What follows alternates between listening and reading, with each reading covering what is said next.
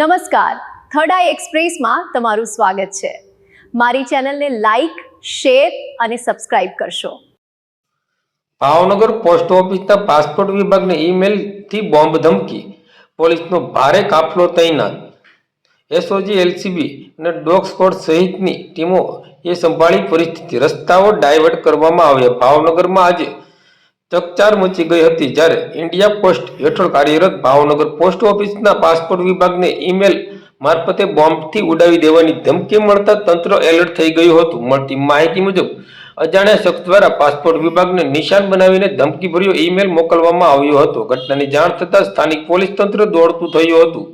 તાત્કાલિક અસરથી SOG, LCB અને ક્યુઆરટી, ડોગ સ્ક્વોડ અને ફાયર વિભાગ સહિતની ટીમો સ્થળ પર પહોંચી તપાસનો દોર શરૂ કર્યો હતો। સમગ્ર પોસ્ટ ઓફિસ પરિસરને કોર્ડન કરી દેવાયો હતો અને સુરક્ષાના ભાગરૂપે આસપાસના રસ્તાઓ ડાયવર્ટ કરી કેટલીક જગ્યાએ ટ્રાફિક બંધ કરવામાં આવ્યો હતો। ડોગ સ્ક્વોડ દ્વારા સઘન ચકાસણી હાથ ધરાઈ હતી જ્યારે બોમ્બ ડિસ્પોઝલ ટીમે દરેક ખૂણે તપાસ હાથ ધરી હતી।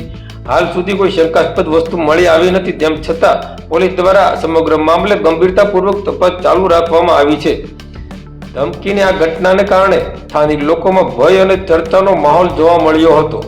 પોલીસ દ્વારા ઈમેલના સોર્સ અને મોકલનારની ઓળખ માટે ટેકનિકલ તપાસ હાથ ધરવામાં આવી છે। અધિકારીઓએ નાગરિકોને અફવાઓથી દૂર રહેવા અને શાંતિ જાળવવા માટે અપીલ કરી છે।